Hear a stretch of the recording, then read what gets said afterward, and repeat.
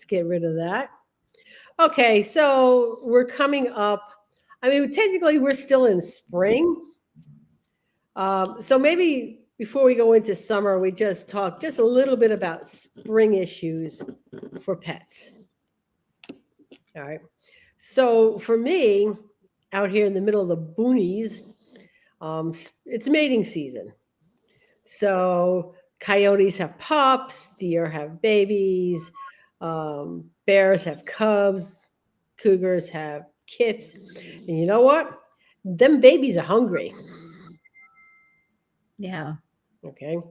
Um, and even animals that you would not normally see during the daytime, you might see them during the daytime because they got babies to feed. All right. So that's just something to be aware of. We tend not to have, in fact, in the almost 6 years I have been here, I have literally seen one raccoon, maybe three squirrels. That's it. That's it. Wow. Yeah, coyotes got to eat, Kate. Yeah, but usually you see a couple more than just three squirrels. Yeah, three. Wow. Yeah. So anyway, and snakes are coming out that haven't been out. Bees are just starting to get active. We've Um, got the snakes. you guys got the snakes. Well, I mean, technically we've got snakes, but they're not venomous. We went to a wedding over the weekend, and where we were parking the car was grassy. Apparently, I stepped over a brown snake. Did not You didn't know notice. it? No, You're so lucky you don't have venomous snakes. I am so lucky because I think part of it is you really have to realize um, your strengths and your weaknesses. And my weakness is not necessarily noticing my bubble around me, or I assume my bubble is okay. So yeah, I'm just gonna smile and nod. smile and nod on that one, Kay.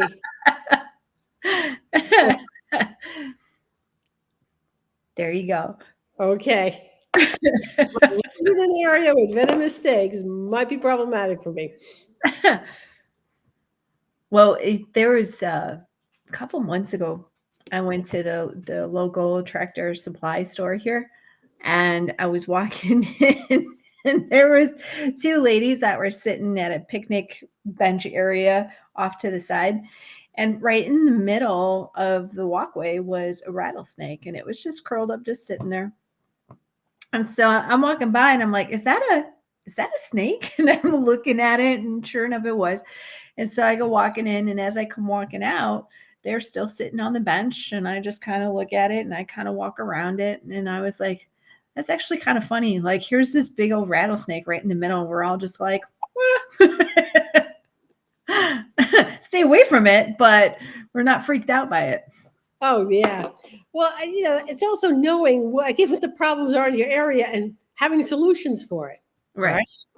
If I saw a rattlesnake in my backyard, I'm pretty sure I might have that complete meltdown.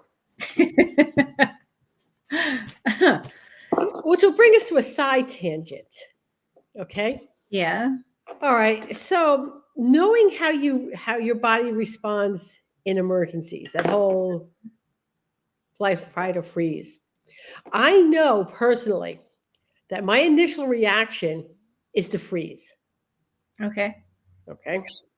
However, I think because I have put myself into so many situations, and I'm not talking dangerous situations. I'm talking situations in which it's scary, like speaking in front of people, putting myself out there. I've done that so much that that's not even a thing for me. You know what I mean? Hmm. So I think that's helped a lot with that. With my initial reaction is to freeze, but I get past it really quickly, and then my next response is to fight. Okay. Which is good to know. And honestly, I think when we're talking about emergency plans and stuff, and if you're talking over and doing your emergency plans with your family, that is one aspect to really talk about and think about. because what responsibilities are we going to assign you, knowing in the moment you're going to freeze? Yeah. So, and that's why first responders practice all the time, so that that whole fight, flight, or freeze is they can get over that really quickly. Mm-hmm. So, anyway, let's talk about the summer. Okay. So, Looking forward to it. what? I'm not looking forward to it. Not out here. Well, you're okay. So let's then start off with the one that's going to be probably the most problematic for you, and that's going to be heat. Mm-hmm. All right. Yep. So how do you deal with the heat? Stay in the air conditioner. Because it's not just heat. It is 120-degree heat. Yeah. And last year we broke records. I forgot, what was it? Like 100 I want to say it was like about over 70 days, over 120 or something. I don't know, something like that. But it was brutal. It was brutal, and it got to a point.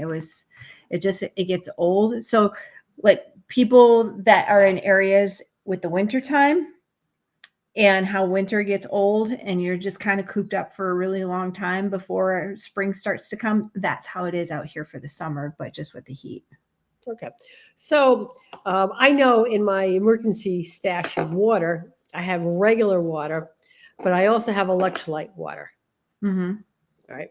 So, and that kind of heat, am I always drinking electrolyte water, or does it make a difference? I don't drink just electrolyte water. I make sure that I always drink a lot of water. If I know that I'm going to be out there, because that's the thing too, with it being so hot, at least for me, you don't really sweat. So you don't feel, it's not like you're drenched, because we don't have the humidity. So like back in Chicago, you would be drenched, right? But out here, you don't really, it's hot, but you don't feel the moisture escaping out of your body. So I just drink water all the time, but no, I don't always drink electrolytes. It depends on how much you're going to be out there and what you're doing out there. All right. Do you keep water in your car? Sometimes, not all the time. I usually will bring my thermos with me and just keep that with me at all times. But to actually do extra water in plastic bottles in 120-degree weather, not necessarily. All right, because I keep a case of water in my car. My temperatures out here are nowhere near what you get in Arizona. If we hit like upper 90s, everybody here's dying. Well, you guys have the humidity though too. Oh, You don't? I do not have humidity here. Oh, I Now, would. this little pocket here of Squim, I don't know about like Port Angeles or stuff, but I love the fact that I've had zero humidity. You're lucky then, because that's like perfect. No humidity and a little bit of heat. No, that's perfect. All right, but I keep the car is in the garage, and I always keep a case of water in there, and I do tend to rotate it. Last time I rotated was actually at the Tacoma show, so that I would have water for the booth we had. So I brought it out. Everybody drank it because it's not just bottled water. I go for the good stuff and get hint water, and then just replaced it when I got back home. Okay. But as far as heat is concerned, all right. So I know one of the things, Speedy was just sick over this past weekend. I'm always looking at gum color. So whether you're a person or you're a pet, the gums are going to present as bright red when you're in heat stroke. Is that the same for people, or is that just for pets? No, I mean, there's a lot of similarities between people and pets. Okay. So if I'm going to cool off a pet that's in heat stroke, all right. So the best way is to prevent heat stroke in the first place. Okay. So that's if you're in a grooming shop, keeping an eye on the pets, making sure, because you can reverse heat stroke if you catch it really quickly. Okay. So I'm going to wrap my dog in cool and just wet towels, and I'm going to run a fan on him. Not cold. So that's starting to change, and that's changing depending on who you're talking to. So the military with our working dogs, the Europe is on the same page. The only one that's not really on the same page right now is the U.S. When are General. we ever on the same page? What was that? When are we ever on the same page? Yeah, I know. And what's So, still and it's actually on the people side too. So people, it's just get them in cold water, get them in front of a fan, get them in front of the air conditioner. And that's what they're saying as far as our animals as well.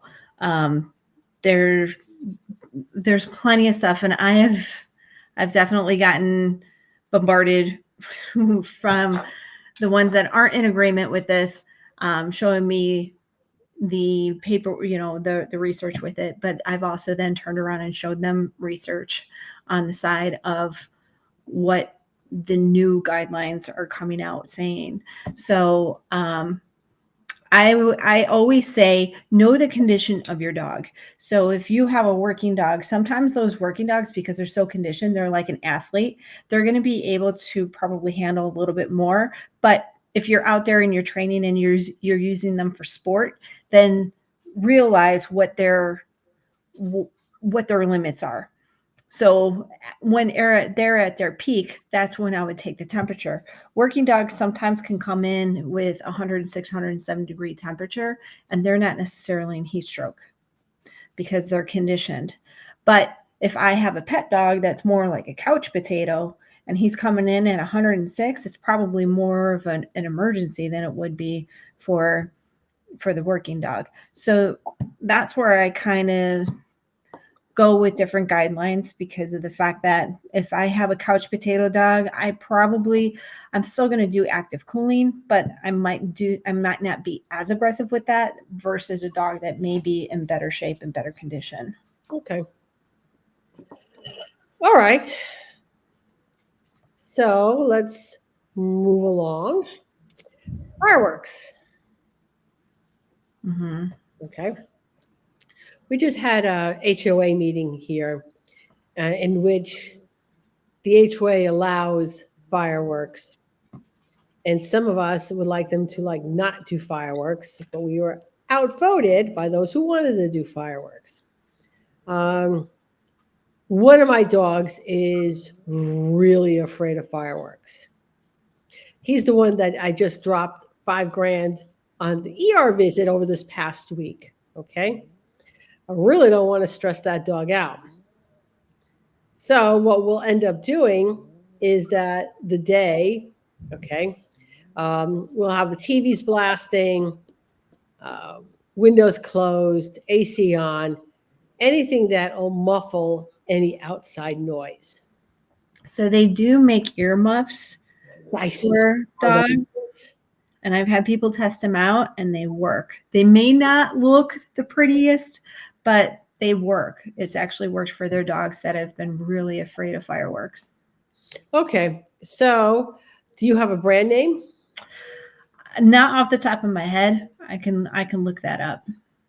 Yeah, look it up, because I got to do something for Speedy. The other dogs, my other 3 dogs, they're just, it's a noise. I must bark at it, but they're not frightened of it. Okay. Whereas Speedy he's terrified. Well, I know the Rec Specs, they have a pair of earmuffs. Those are really good. And I've actually bought those. Those are used for the working dogs on the shooting range. So those would definitely keep the noise out. Oh, and you know what? Chewy has them. Oh, yeah? Yep. $85 on Chewy. That's not too bad. They're normally, they're pretty expensive, but they work. Okay. That is good to know. And then here's the other one. It's called Pawnix, Pawnix. Those are the ones that look kind of funny, but I've seen people try them out and they say that they work. Okay. All right, you're gonna have to spell that again. Hold on again. Let me know when you're ready. Go ahead. Pawnix. 2 words or 1 word? Just one word. Phonics. Let's see. Headphones. Let's see. Oh, I've seen these. All right. Let's see how much they cost. Because if they put a price on here, that'd be really good.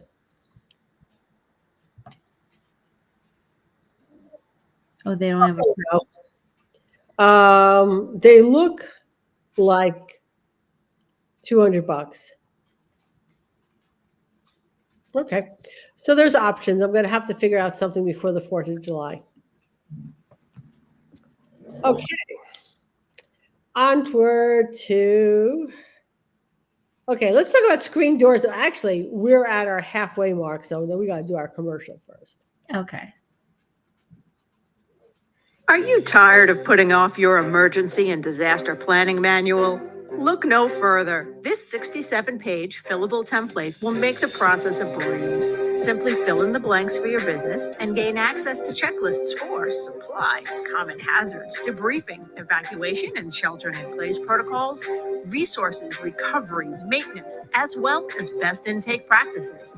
It's time to take action and be prepared. Get your copy today at positiveed.com/books. Okay, screen doors and screen windows will not contain your pet. How do you know, Mary? Well, the reason I know that is because Kira, who was my 135-pound Shepherd Malamute, if the screen door was closed and she wanted to go outside, she'd just walk right through it. I replace that screen door at least once a year. So the point where I had like spare screen, the roll, and the tool to put it into the frame. Yeah. So I just saw a video. There was another dog that saw something outside and it was like it wanted it. Boom, it just went. yeah. So a screen will not keep your pet inside if that's your intention to keep your pet inside. Right. If they want to get out doing that, especially important, like in grooming shops. Okay. And even as a mobile. So one of my windows on the mobile was a little slider and it had a screen there. Right. It would keep a husky in or a large dog. They might be able to get their head and maybe one paw through. You could ask me how I know that. But that's about it. So do you want me to ask you? Ask me. Explain. Okay, so Husky on the table sees something outside the window, wants to get it, okay, because and he got his head and one paw through before I yanked him back in. And then he looked at me like, what? I will say, knock on wood, I have not had my dogs go through a screen. Well, no, I take that back. Back in Chicago, the screen started ripping, and so they went for it. And so it was just the little corner. And my dogs were small enough at that point in time. And I thought, I'm going to fix that. And then winter came, and I was like, that's great doggy door.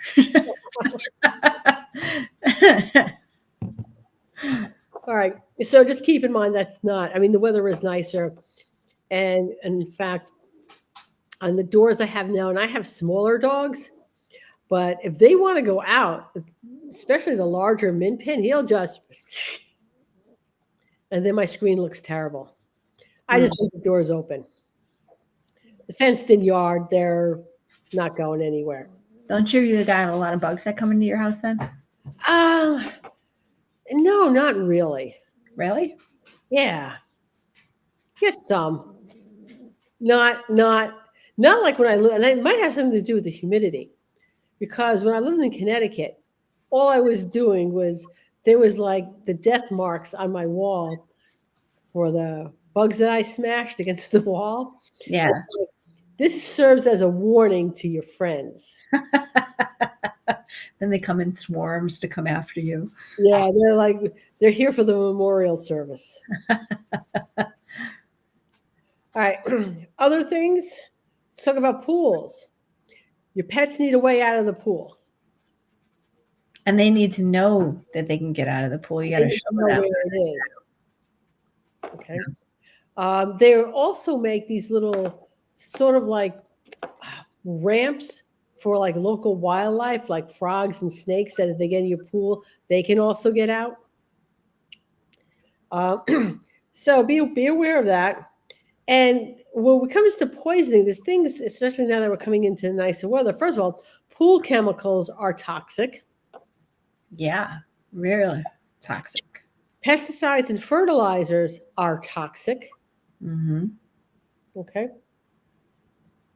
Even in my garden, where I'm making sure that I'm using like all organic pesticides and fertilizers, they're still pesticides, fertilizers. Right. Okay. So I would just make sure I keep things where my pets can't get into it. And I mean, I really learned that lesson again with Kira, because there was like nothing that she couldn't get into, she wanted to get into.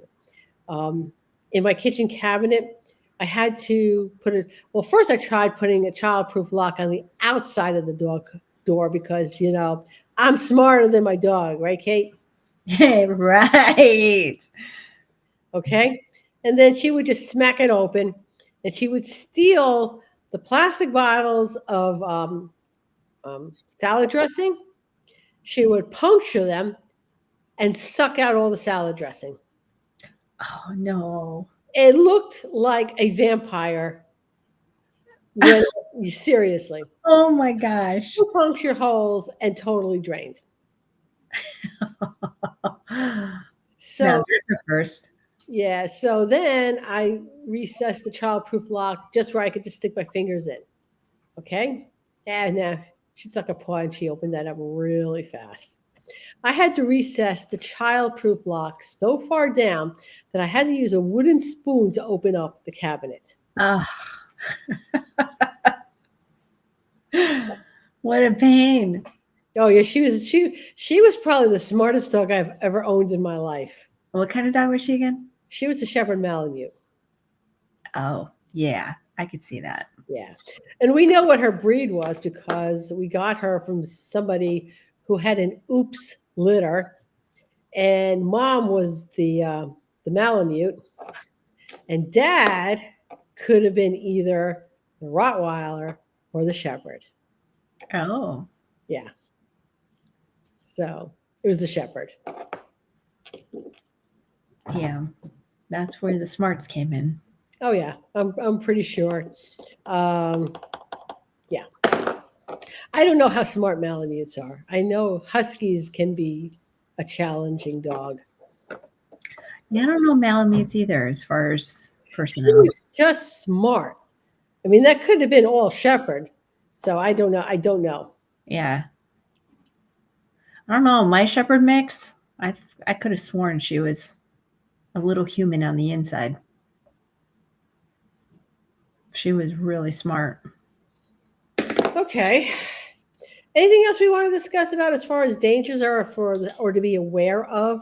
Because I mean, if you know what the problems are, or could be problems, and make sure that your pets are safe from them. I'm just going to say, I mean, I literally just dropped, to be more precise, $4,600 at the ER vet over this past weekend. It doesn't take much. I was in the ER vet last week, and I mean, there wasn't a whole lot that was done, and it was just under $1,200. Yeah. Doesn't take much. It doesn't take much. And Speedy had pancreatitis, so it wasn't heat, wasn't poisoning. She wasn't near any pool. but she still got sick, and off to the ER we go. And that was after dropping 1,500. However, 1,000 of it was for my other dog to get his dental, which we totally almost didn't ignore because of Speedy. So poor Cecil comes home after having a dental, and we're like totally ignoring him. He's like, well, my mouth hurts. Give me drugs. And we're like, we can't deal with you, dude. We got a sick dog here, you know? Poor thing. Yeah, poor thing. Did you make it up to him after? Oh, yeah. Oh, yeah. Or he made sure his needs were met later on. It's like, you will not ignore me. That's too. Where the hell's my brother?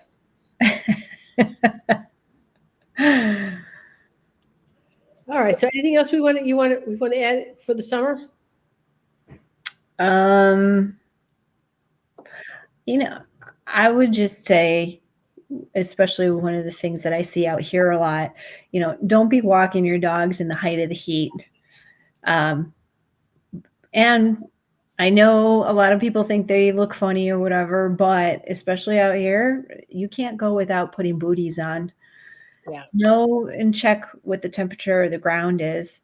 I've tried, okay, so, and maybe it doesn't work on humans like it does on dogs, but I was told, you know, that Mushers is like a cream that's supposed to help protect their paw pads, right?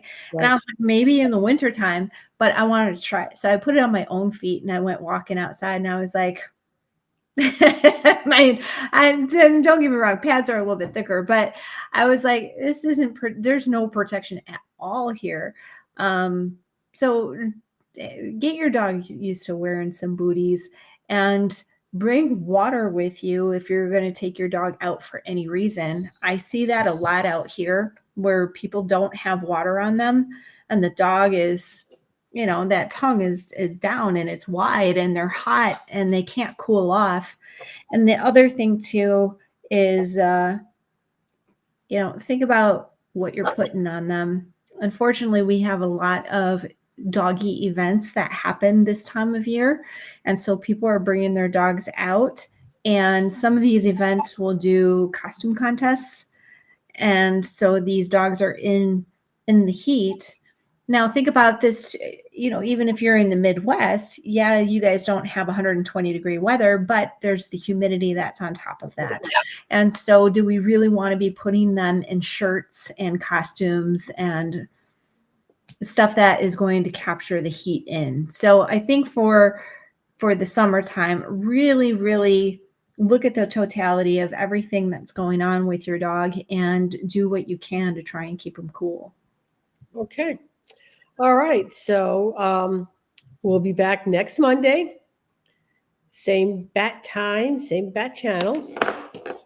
If anybody has things they'd like to discuss, because if not, you know, then you're making me and Kate figure out a topic. We've been doing okay so far. Yeah, we're doing okay so far.